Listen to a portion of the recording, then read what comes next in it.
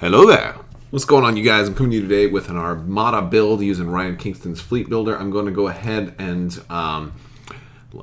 get this thing started because I wanted to do a Superstar Destroyer build, and I had some interesting names for this one. Basically, this is going to be a 2-ship build, which shouldn't be too uncommon once we start doing more Superstar Destroyer builds. But this one, I'm going to call this one Big Brother, or maybe Little Brother.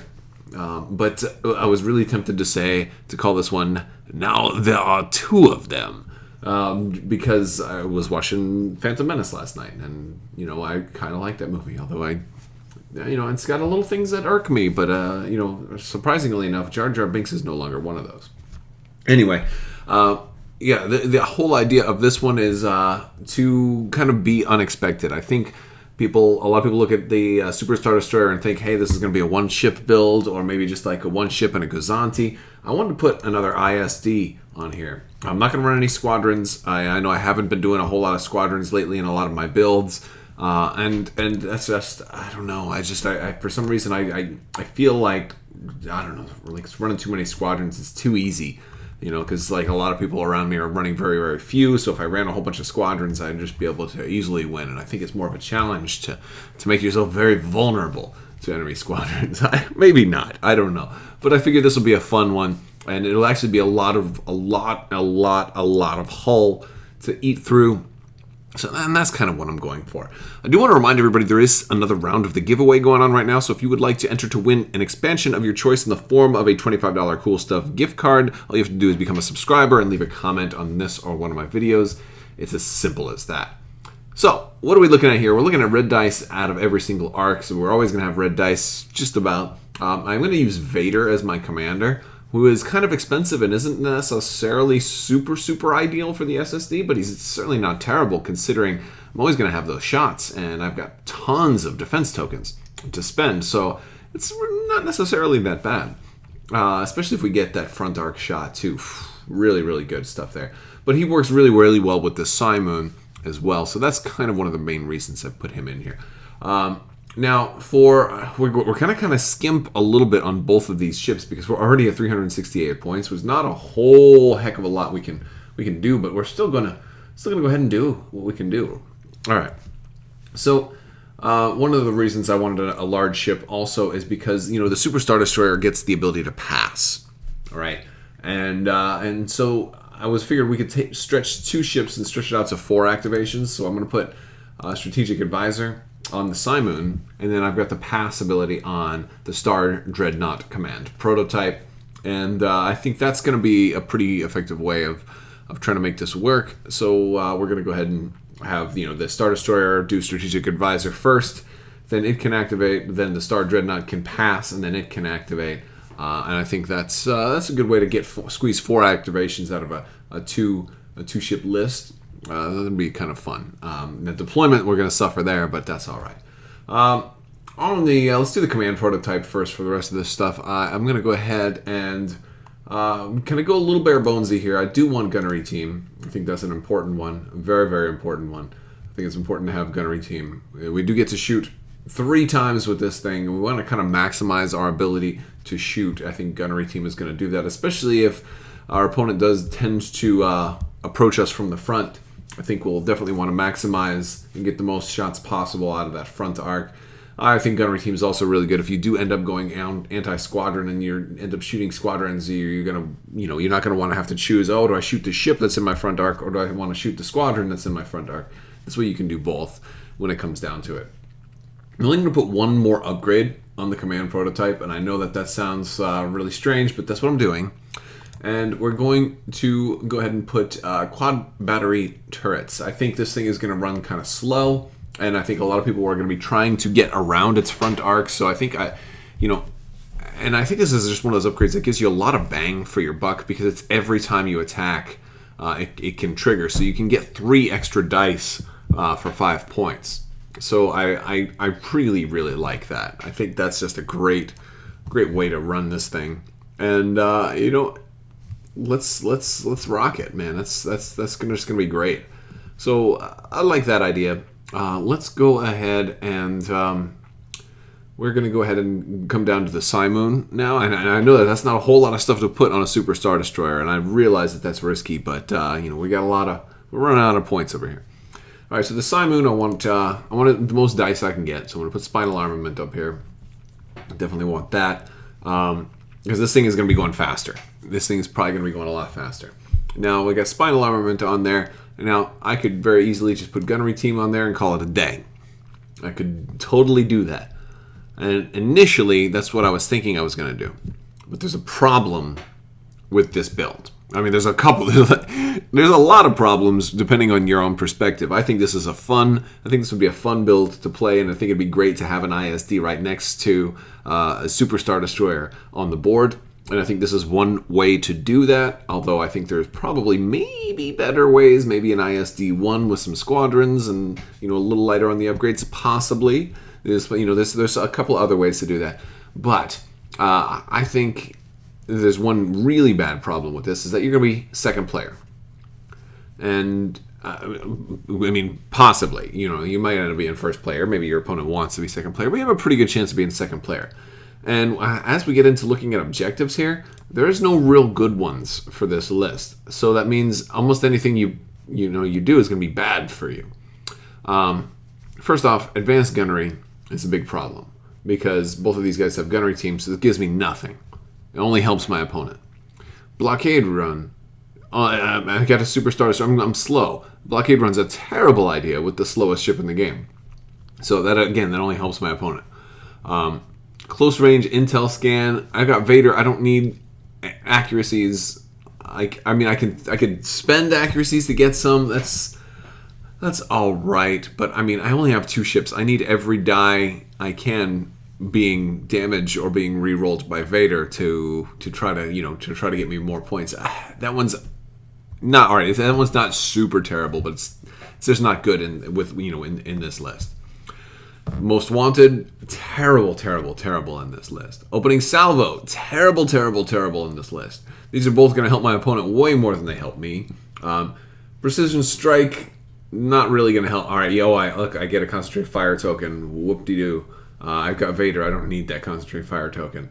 And then Squadrons with Bomber, or a ship is attacking. I can spend a die to flip face-down damage over. It's not really that great. And that's probably going to hurt me way more than it hurts my opponent. That's the idea, especially the more ships they have attacking. Station Assault. I thought about this one. This was the one I was going to go with. And I decided, Station Assault is...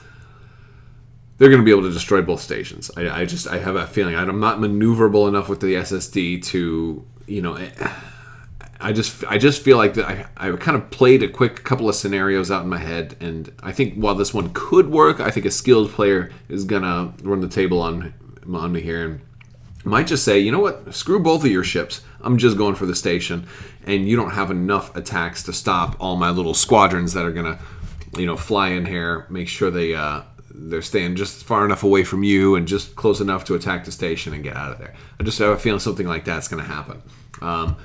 And then targeting beacons, I don't really need all those rerolls. That's not going to help me much. So these are all kind of lousy, right? And so I don't want to pick lousy objectives because that just guarantees my opponent is going to choose the lousy objective. So what are we gonna do, right? I decided I was going to go back and remove Gunnery Team. Let's take it off of the Simoon, for example. Now, if I take that off of there, now all of a sudden I have a really strong objective with advanced gunnery. Now, we don't have to drop that. We could drop it off of the command prototype as well. And maybe we'd get, maybe we get all 3 attacks. If you come in, I get all 3 attacks from the front to your front. Just completely obliterate you. That would be really, really, really nice. Maybe it would make more sense to put it on that. But the problem is, then I lose Gunnery Team on the Superstar Destroyer, and then my opponent doesn't pick Advanced Gunnery. And, so it's really a trade-off here. So I decided to go put it on the Simoon. It's really, really, really good on the Simoon, especially with Vader. That'll be great. I've got Spinal Armament. I'm looking at 1, 2, 3, 4, 5, 6 dice, maybe 7.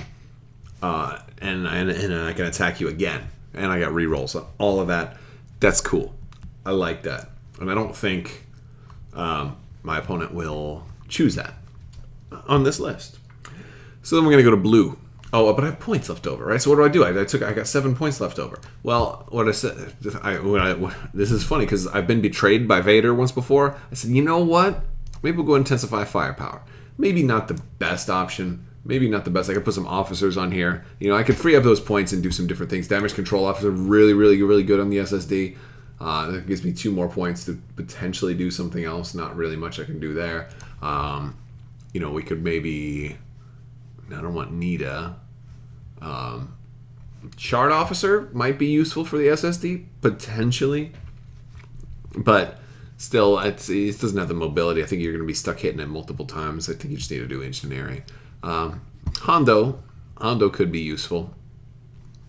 So, you know, there's different options that we could go with here. I kind of want to go ahead and put.